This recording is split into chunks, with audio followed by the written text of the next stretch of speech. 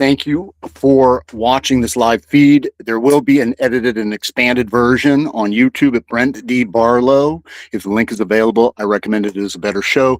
This broadcast may or may not be up after I sign off. It's always a wait and see.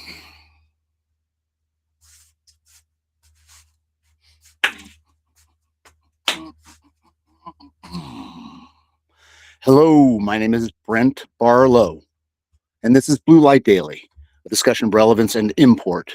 We're broadcasting on this Wednesday, January 14th, 2026.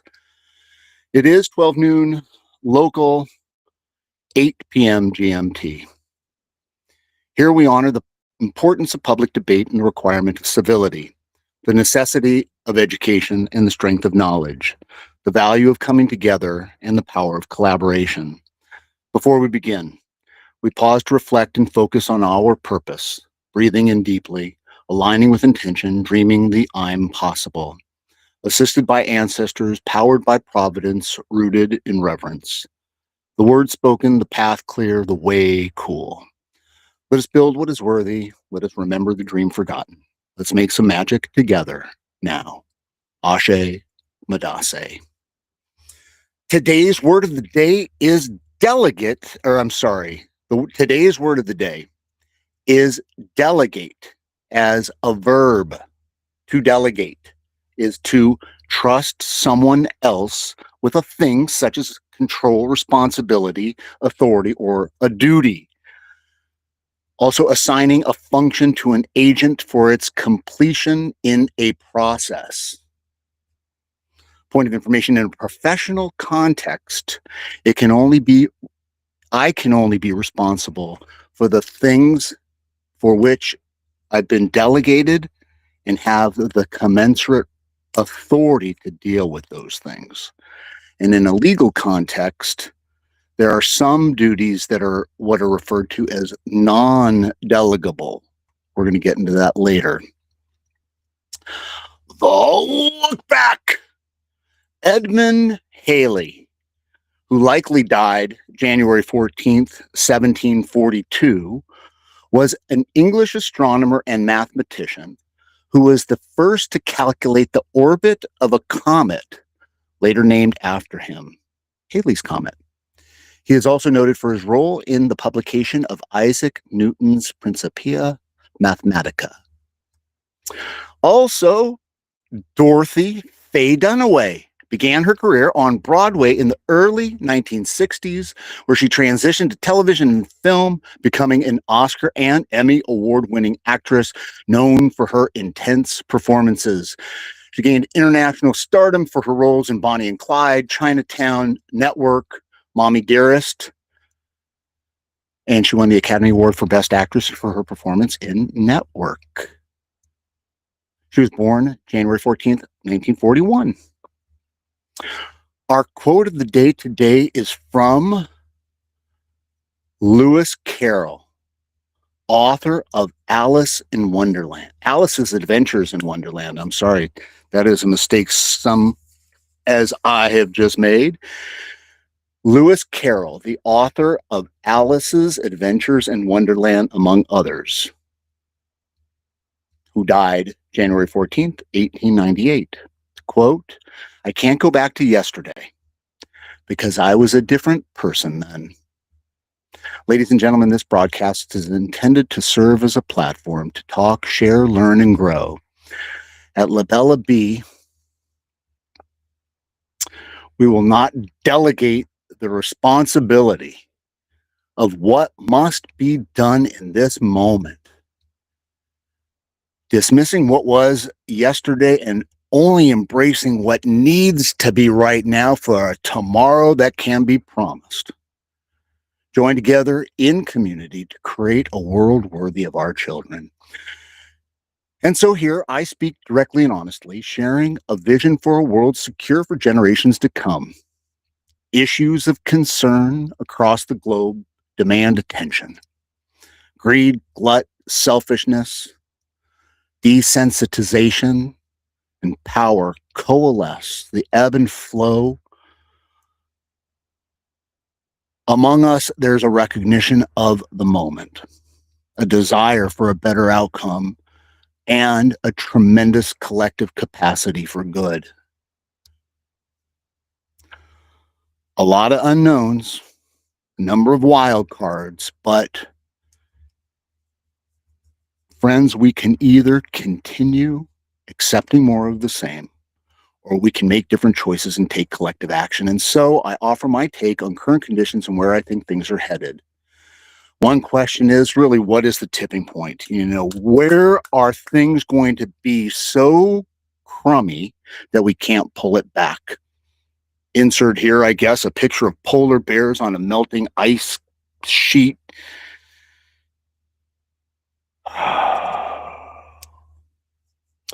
That's just to say there's a lot of stuff going on, right? Point of personal privilege. I am pleased to share that our audience and support for the broadcast continues to grow with an enthusiastic response internationally. So thank you to everyone. Tip of my hat to everyone, especially some of our French friends who've been very supportive. It seems as though the through line amongst all the support is amongst people who see that there are pressing issues requiring action.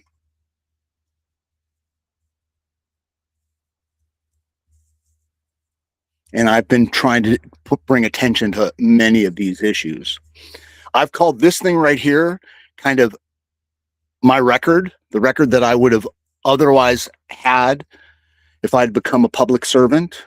Once upon a time, I told you I did want to become a politician because I wanted to effect change. So here, I'm doing what I can along the same line. I'm staking out my claim of who I am, whose I be, and I'm trying to do it in a demonstration of authenticity. I've been asked by some of our friends, a friend of ours, about my actual political leanings. And I did say early on that I was going to try to be somewhat neutral. And I've found that in these first 40 episodes that we've spent together, that my slant, my feelings are coming more to the fore. And the truth of the matter is, I have always been a guy who has shied away from political discussions because the reality is I have no time to educate folks. For example, last night, I was sitting with my mother and some friends who came into town to spend some time with her and to check on her after my father's passing. Friends, that guy that's known me for 50 years. I was like younger than that, 6 years old. And he made one statement about how, well, it's because they bring in all those people, they pay them to be them protesters. And I just didn't want to get into it. I didn't want to have any kind of conversation. What evidence? What are you talking about? Who? Hold him to task in any way. It would have just deteriorated. I would have come off the asshole interrogating, if not cross-examining him, and I just paused and didn't say a thing. I also want to be spoken to. I don't want to be spoken to. I don't want people to speak to me. Okay. I think that most people would benefit from improving on their listening to understand. Okay. Ground well trodden around here, but because I'm educating here, and because I've opened up this can, I will speak a little bit more about who I am, what I am, where I stand. Because I believe united we stand, divided we fall. Now, I will mention I've been speaking principally about U.S. issues. And while we will be spending time on non-U.S. matters, I do want to just make it clear that most everything that I present here does have a broader impact. So it's presented with an eye toward making sure that the relationships are at least identified, explored a little bit, because everything is interconnected. We live in systems, layers, da, da, da, da, da, da. So for example, the new world order that's emerging right around the corner, I don't know, wherever it is being influenced by many factors. It's been unfolding for quite some time. And there are many shifts, and some of them seismic, afoot. And this week I was talking about this global impact report and some of these bigger issues. You may have heard the saying, how does one go bankrupt? Slowly, over time, and then all of a sudden. And with regard to the empires I mentioned falling last Monday, the indicators are present. The juxtaposition of where we are and where we're headed and the current trajectory is gives me an ulcer, makes my belly hurt, makes my tummy not feel good. Because my opinion of America was brought up on, let's see, I was born in 1967, so I went to elementary school in the 70s. Reagan was the governor of California, and LBJ was the president of the United States. Vietnam was afoot. Kennedy, MLK, Robert Kennedy assassinated. The draft, Nixon, Watergate, by the time I'm in kindergarten, elementary school, or first grade. And then I was subjected to a system where civics was a course in school, not just home ec, but we learned about the government and social structures, and expectations were expressed. We said the Pledge of Allegiance every morning. We, sang patriotic songs. The indoctrination was right there. But since learning is a lifelong process and kids can only do what they can do, I absorbed what I did, and I took on in the years since a lifelong passion to educate myself as much as possible and discount any kind of biases that might be expressed or experienced by me or what I'm consuming, and really try to offer a sober analysis. So the United States, to me, is a system of laws and institutions, but it's more an ideal. And it is there are a lot of practical realities. I'm not going to descend into political speak with what Trump is doing. Are we the policemen of the world? Should we only be responsible or concerned with our sphere of influence? What the list is long and crummy as far as the right now what's going on. But the president, in my vision, of the United States, is an individual who leads with character, clarity, and consistency. It is not a person who is erratic, self-serving, and bombastic. I mean, I guess I don't mind that, but if I mentioned Idiocracy, the movie, that Crocs were first prominently displayed as footwear, Crocs, the shoes, the footwear. And the president, God, I can't remember his name, the actor who plays him, but was uber bombastic. And I guess humanity is important in a president, but also is a certain distance It's the presidency, not the person. And the person who is president at the time needs to respect the office, in my estimation. But again, events right now are running at such a pace, like a vortex, leading humanity to a future of further division, hostility, and separation. You know, all around us, we see politicalization, weaponization of all the levers of government and power. The executive right now, the commander in chief, the authority to enforce the laws, just a few, the FBI, the DOJ, ATF, INS, IRS, everything.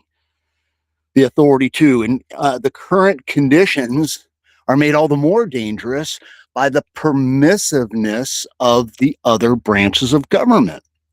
Talked last week about the judiciary and the way that when one party controls those two, the executive and the legislative branches of government, the ability to control all three and create a lasting social agenda. Point of information today, the Supreme Court's considering these two transgender cases, transgender in athletics.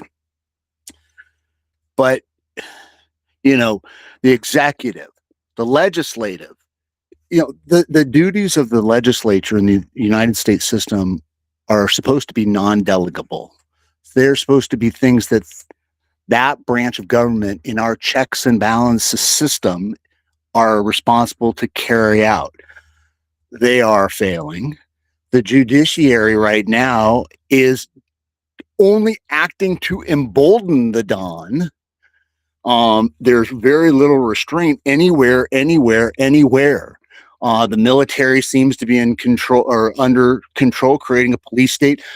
Oh, I could go on and on and on. Anywhere around the world where the United States is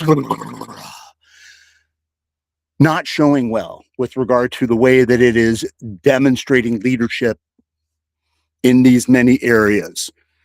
You know, corporate greed, the oligarchy is fast approaching as an American standard. Control of finance, banking, access to money. Pennies are no longer made. Pretty soon, you're going to only be able to access your value, in quotes, digitally. Value being what we currently use currency to exchange, an exchange of value. The control of media. Let's talk about Paramount and the Ellisons. Big Brother's watching. Big Brother's watching. Talk about Meta. Talk about Alphabet. Talk about all the AI stuff we've been talking about. And the best part is right now we're seeing the attacks on all forms of challenge. The press, academia, any potential positive influence on the discourse, any moderate challenge to the agenda is called out by the bully as being this shooting in Minnesota, this gal named Good. These DOJ attorneys, a whole division essentially of senior DOJ attorneys in the Civil Rights Unit, walked out in protest that the DOJ was investigating the widow's spouse, the surviving spouse, rather than the officer, which is what that division would typically do whenever there is a federal officer involved shooting, especially a death is involved. Investigate at the least. But no, the attorneys were directed to investigate the character of the person who was killed. So that's the current shit show, man. God. And there is an alternative. There is only 3 years till the election. We're going to wrap this up, man. There are only 3 years to the election. Current efforts, no matter how vibrant, need to be supercharged. There is no room for error, man. Time is of the essence. This is a call to action. This is a call to action. A call to those who feel the same, recognize the urgency of the moment, an assemblage of the aligned, willing to accept personal responsibility. This is an invitation to join forces for good. My challenge is that I'm only one guy offering my opinion, trying to ring the bell and be loud. I'm trying to be as clear as I can. It's a lot of stuff, and it can be overwhelming. But as I've said many times previously, I care, you care, we care. No one has to do it alone. Okay. And you know what I think. You get to choose. No one gets to decide for you. Okay. In the immortal words of Charles Schultz, it's fun to have fun, but you have got to know how, which is what we aims for around here. To thine own self be true. Opportunity, folks, it lay everywhere. Steal like Picasso. We got a lot to cover. I can't wait to continue this conversation. In our community at Labella B, we are reclaiming our sovereignty, decentralized, democratized, where aligned individuals collaborate to create a world worthy of our children. Information can be found at labellab.com. It's time to take action, folks. No one will do it for us. If you choose not to decide, you still have made a choice. We are not asking for favor. We are not asking for permission. We are doing it. And you're invited to join the party. Thank you for watching. Please like, share, comment. Be well. God bless. Peace out.